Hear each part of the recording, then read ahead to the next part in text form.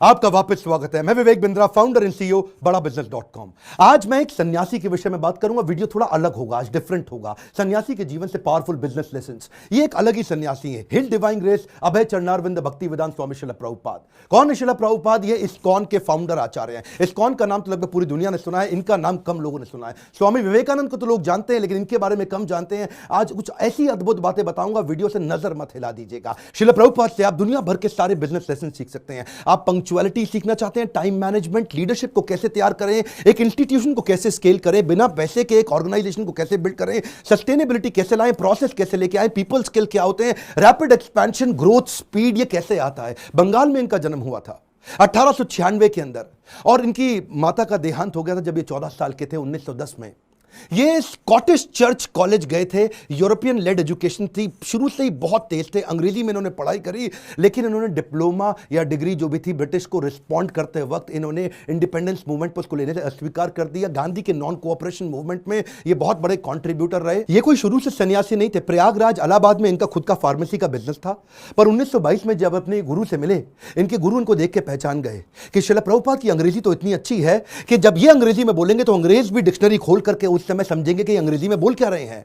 तभी इन्होंने प्रभुपाद को एक आदेश दिया, क्या तुम मेरे लिए एक काम कर सकते हो? तुम्हारे को शास्त्रों में मन भी लगता है और अंग्रेजी भी अच्छी है, तुम भगवत गीता के ज्ञान को अंग्रेजी भाषा में पूरी दुनिया तक पहुंचाओ, क्योंकि हमारे शास्त्रों को दुनिया में कोई नहीं लेके जा रहा। दुनिया की किताबें हमारे देश में आ रही हैं। श्रील प्रभुपाद ने उनकी इंस्ट्रक्शन को दिल से लगा लिया। गुरु मुख पद्मा वाक्या चित्ते कौरिया ऐक्या, के गुरु के मुख से निकले हुए वाक्यों को चित्त के साथ एक कर लो। अंग्रेजी में भगवत गीता को ट्रांसलेट करना शुरू कर दिया। बैक टू गॉडेड किताब लिखते, भगवत गीता को ट्रांसलेट करते। लैपटॉप टाइपराइटर नहीं हुआ करता था, कंप्यूटर नहीं होता था, मैनुअली लिखते थे। एक साल लगा करके इन्होंने कई पेजेस के अंदर भर करके भगवत गीता को ट्रांसलेट किया। एक दिन फैक्ट्री से वापस आ रहे थे, अपने घर पहुंचे। जब घर पहुंचे तो ढूंढने लगे कागज कहां हैं सारे। इतनी मेहनत की, कागज इनको मिल नहीं रहे थे, बड़े परेशान थे उस समय। अपनी धर्मपत्नी से पूछा कि वो कहां है जो मैंने भगवत गीता ट्रांसलेट करी। तो अचानक इनकी पत्नी ने जो बोला, इनके होश उड़ गए। इनकी पत्नी ने कहा वो सारे तो मैंने कबाड़ी को बेच दिए। बोलो क्यों बेचे? बोला उसके बदले में मैंने चाय खरीद ली, अंग्रेजों ने बताया चाय पीनी चाहिए। प्रभुपाद को बहुत बुरा लगा। अचानक प्रभुपाद ने उनसे पूछ लिया टी और मी। इनकी पत्नी ने बोल दिया टी। उस दिन उन्होंने अपना घर छोड़ दिया, संन्यास लेने की तैयारी करी। वहां से जाकर के उन्होंने फिर से भगवत गीता लिखनी शुरू करी। बाद में ये वृंदावन चले गए, कई साल वृंदावन रहे, भगवत गीता लिखी, उसकी तैयारी करी। ये पहले से जानते थे कि दुनिया का नंबर 1 देश अमेरिका और अमेरिका का नंबर 1 शहर न्यूयॉर्क, तो मैं शुरुआत न्यूयॉर्क से ही करूंगा। थोड़ा इमेजिन करिए, 70 साल का किसी बूढ़े व्यक्ति का चित्र लेके आइए अपने मन में। 70 साल की उम्र में 32 दिन की जहाज की लंबी यात्रा, जिसमें रास्ते में इनको 2 बार हार्ट अटैक आ गया। कुछ केवल साथ में $7 लेके कुछ किताबें लेकर निकल पड़े। वहां कोई इनको जानता नहीं था। ये जानते थे कि मैं अकेला हूं और मैं सब कुछ नहीं कर सकता। मैं सब कुछ नहीं कर सकता, इसका मतलब ये थोड़ी कि मैं कुछ भी नहीं कर सकता।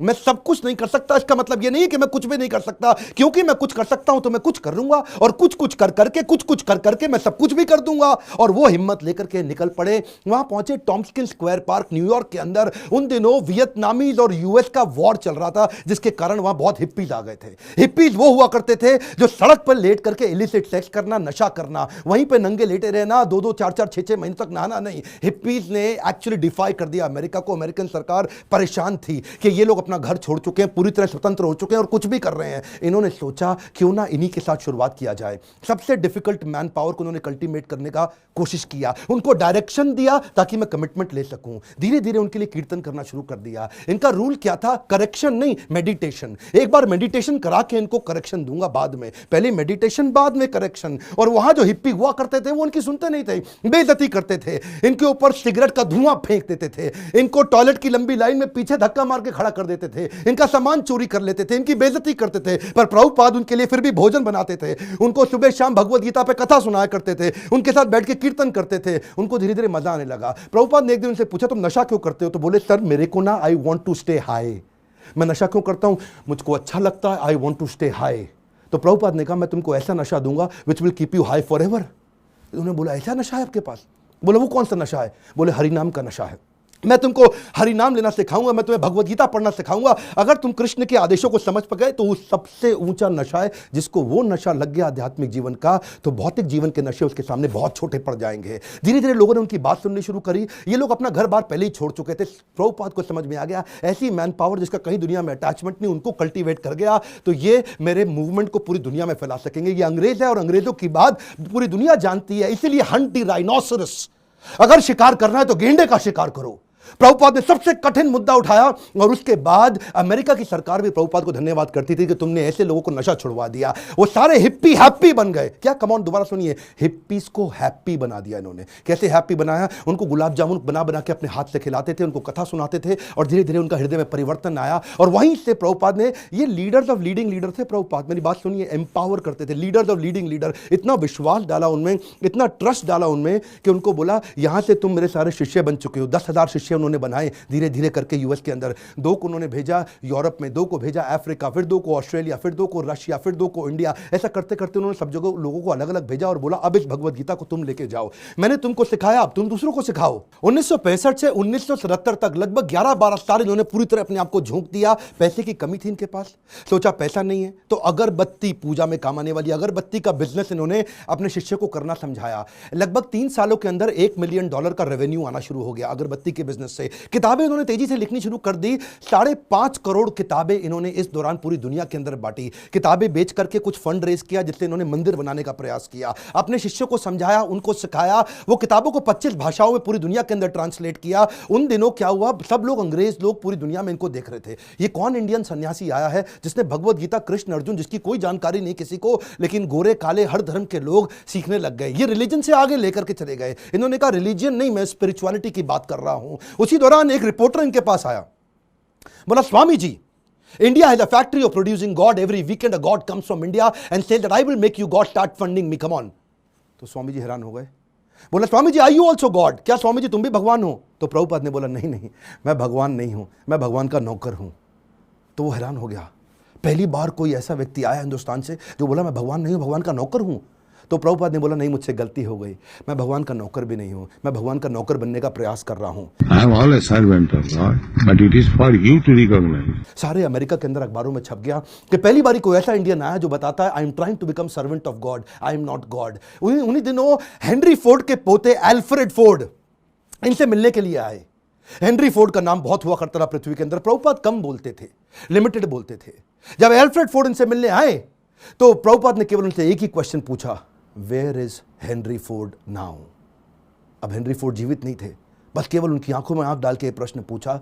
एल्फ्रेड फोर्ड उसी समय घबरा गए। उनको समझ आ गया कि ये जीवन किसी के लिए नहीं है, कोई नहीं बचने वाला यहाँ पे। और उसी दिन उन्होंने प्रभुपाद को सरेंडर कर दिया और उनसे कहा मुझे भी भगवत गीता सिखाइए। ये ऐसे संत सन्यासी है जिनके कारण आज पूरी दुनिया के अंदर सैकड़ों हजारों ऐसे मंदिर बने जहां भगवत गीता पढ़ाई जा रही है, सिखाई जा रही है। पाकिस्तान जहां कुछ भी हो रहा हो, लेकिन आज भी इस्कॉन के 12 मंदिर है पाकिस्तान में जहां रोज शाम को भगवत गीता पे कथा की जाती है। ये बड़ा अनइमेजिनेबल था कि कुछ ही सालों के अंदर इन्होंने 6 महाद्वीप, 6 कॉन्टिनेंट के अंदर 108 मंदिर बना दिए। ये तब किया जब वेंचर कैपिटल नहीं था, कोई एंजल फंड नहीं था, प्राइवेट इक्विटी नहीं था, कोई आईपीओ नहीं निकाला, कोई बैंक लोन नहीं है, कंप्लीटली बूटस्ट्रैप्ड, सैलरी देने का पैसा नहीं है, लाइफ टाइम वॉलंटियर्स इकट्ठे किए। 10,000 उन दिनों इन्होंने अपने शिष्यों को लेटर पे लिख लिख के बात किया। इमेजिन करिए, कम्युनिकेशन बहुत स्लो था। मैं सोचता हूं कई बार अगर प्रभुपाद आज होते ना तो भगवत गीता इंडिया की राष्ट्र पुस्तक नहीं होती, पूरे विश्व के अंदर होती। इतनी स्पीड थी प्रभुपाद की। उस समय जब अपने शिष्यों से बात करते थे तो न्यूयॉर्क से साउथ अफ्रीका चिट्ठी भेजते थे। वो चिट्ठी में प्रश्न पूछता था, जवाब देते थे, फिर चिट्ठी वापस आती थी, फिर उसका उत्तर देते थे।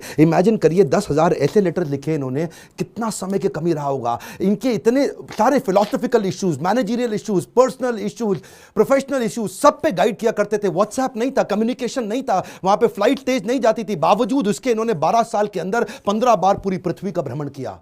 एक बात समझिए, sales is not about selling, it is about building trust in education. Building trust in education. विश्वास बढ़ाओ, एजुकेट करो, विश्वास बढ़ाओ, एजुकेट करो। दुनिया भर में इतना विश्वास बढ़ा दिया, एजुकेशन बढ़ा दिया भगवत गीता के बारे में कि बीटल्स, जो उस समय बहुत फेमस हुआ करता था, बीटल्स के जॉर्ज हैरिसन ने अपना 70 एकड़ का फार्म वॉटफोर्ड में लंदन के नजदीक इनको डोनेट कर दिया। वो इनका शिष्य बन गया और अपने रॉकस्टार गानों के साथ साथ कीर्तन करने लग गया, हरे कृष्णा। उन्हीं दिनों प्रभुपाद जी साथ साथ इतनी किताबें लिखना चाहते थे, जानते थे मैं बूढ़ा हो गया हूं, सारी चीजें लिख के चला जाऊं ताकि लोग उसको आसानी से फॉलो कर सकें। उन्होंने खुद से लिखना बंद कर दिया, डिक्टाफोन ले लिया।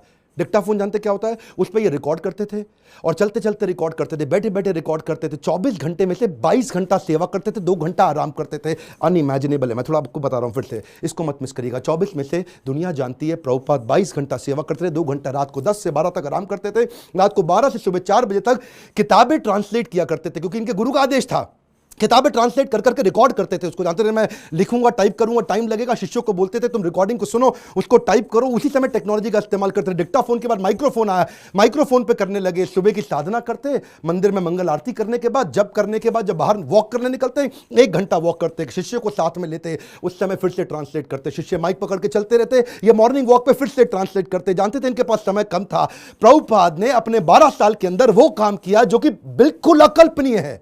इसमें मैं आपको एक बात सिखाना चाहता हूं, इसको बोलते हैं EFA, elephantine focused advantage. Elephantine focused advantage, इसको बोलते हैं अव्यर्थ कालत्वम।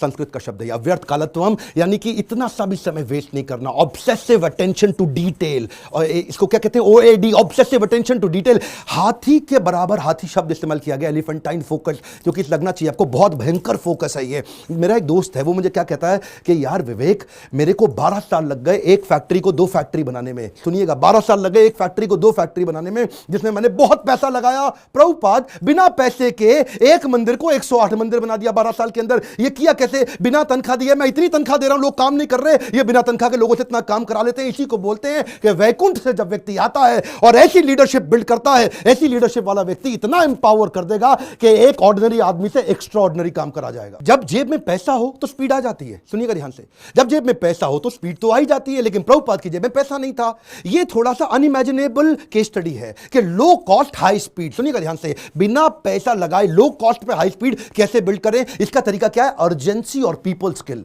प्रभुपाद अद्भुत व्यक्ति थे। अर्जेंसी और पीपल स्किल, शिष्य तंग करते थे, शिष्य गलतियां करते थे, प्रभुपाद टॉलरेट करते थे पीपल स्किल के साथ में। शिष्य इनको बहुत दुखी करते थे, प्रभुपाद टॉलरेट करते थे पीपल स्किल के साथ में। स्पीड बनाए रखी पीपल स्किल के साथ में। लोग दुखी भी नहीं होते थे, स्ट्रेस भी नहीं होते थे, क्योंकि प्रभुपाद प्रेम इतना देते थे। उनका प्रेम एक समुद्र की तरह था। श्री गुरु करुणा सिंधु, ऐसा करुणा का सिंधु सागर थे ये। इन्होंने एक बार जब ये अपने शिष्यों को लेकर के रथ यात्रा ज्वाइन करने गए जगन्नाथपुरी के अंदर, तो वहां पे मंदिर के अंदर अंग्रेजों को जाना मना है। हिंदू मंदिर है, वो कहते हैं अंग्रेज को, लोगों को हम नहीं, क्रिश्चियंस को अंदर जाने देंगे। प्रभुपाद ने बोला अगर तुम मुझे जगन्नाथ जी के दर्शन करने नहीं जाने दोगे, मैं जगन्नाथ जी को पूरी दुनिया में ले जाऊंगा। उसके बाद उन्होंने रथ यात्रा करनी शुरू करी और वहां से पूरी दुनिया में रथ यात्रा का प्रचलन चालू हो गया। प्रभुपाद वो पहले व्यक्ति थे जिन्होंने आज पूरी पृथ्वी पर रथ यात्रा और जगन्नाथ जी के दर्शन कराने शुरू किए। यहां पे ये रुके नहीं, इसके बाद उन्होंने सोशल और चैरिटेबल काम भी किए। World largest vegetarian food relief programme शुरू किया जिसका नाम है food for life, Sunday feast. ये दुनिया भर के अंदर हजारों मंदिरों के अंदर रोज शाम को हजारों लोगों को फ्री में खाना बंटता है। इंडिया में मिड डे मील की स्कीम को एक्वायर कर लिया उन्होंने, सरकार की स्कीम को। इस्कॉन ने क्या किया, आज आपको जान के हैरानी होगी, बुद्धि चकरा जाएगी। 14 लाख गरीब बच्चों को रोज मिड डे मील का भोजन आज इस्कॉन अपने मंदिर से बना करके भेजता है। Can you imagine? 14 लाख बच्चों को कभी अपने आप को पॉपुलराइज नहीं किया, कभी अपनी इन्होंने गाथा नहीं गाई, कभी अपने आप को भगवान नहीं बताया, कभी अपने आप को अपनी तारीफ नहीं करी, अपनी सेवाओं को आगे रखा और बिना प्रमोशन के किसी को कभी प्रमोट नहीं किया। जानते हैं अमेरिका के अंदर भी आपको तो मालूम है स्टीव जॉब्स का स्टैनफोर्ड यूनिवर्सिटी का वो लेक्चर, जहां पे उसने खुद ही माना था कि मैं रोज, मेरे पास पैसा नहीं हुआ करता था, एक खाना खाने के लिए एक बार का 7 मील पैदल चल के हरे कृष्णा मूवमेंट पे फ्री का खाना खा के आया करता था। I would walk the 7 miles across town every Sunday night to get one good meal a week at the Hare Krishna temple. वैसे एक बात बताऊं, सुषमा स्वराज बोल बोल के थक गई थी कि भगवत गीता को राष्ट्रीय पुस्तक घोषित कर दो, श्रीमद् भगवत गीता को राष्ट्रीय पुस्तक घोषित किया जाए। आज ये प्रभुपाद के चलते न्यू जर्सी की सेटन हॉल यूनिवर्सिटी के अंदर भगवत गीता को कंपलसरी कर दिया। हरे कृष्णा मूवमेंट से भगवत गीता को लेके कैम्ब्रिज इंटरनेशनल यूनिवर्सिटी यूके के अंदर 2020 से वहां पे भी किताबें कंपलसरी कर दी कि भगवत गीता सिखानी चाहिए। क्यों? क्योंकि ये आपको वैल्यूज देंगी, मोरालिटी देंगी, कैरेक्टर देंगी, एथिक्स देंगी, प्रिंसिपल देंगे, ताकि आप एक इंसान को मजबूत बना सको। बहरहाल उनके पास समय कम था। 1977 में जब वो शरीर छोड़ने वाले थे, उनका वजन आधा हो चुका था, इतने पतले, इतने कमजोर हो चुके थे कि उनके शरीर पे स्किन बची नहीं, हड्डियां और नसें बची थी। जब डॉक्टर भी मिलना आता था ना, उसकी भी बुद्धि चकरा जाती थी कि मैं कैसे दबाऊं, कहीं ऐसे नसों से हड्डी में चुप के दर्द ना होने लग जाए इनको।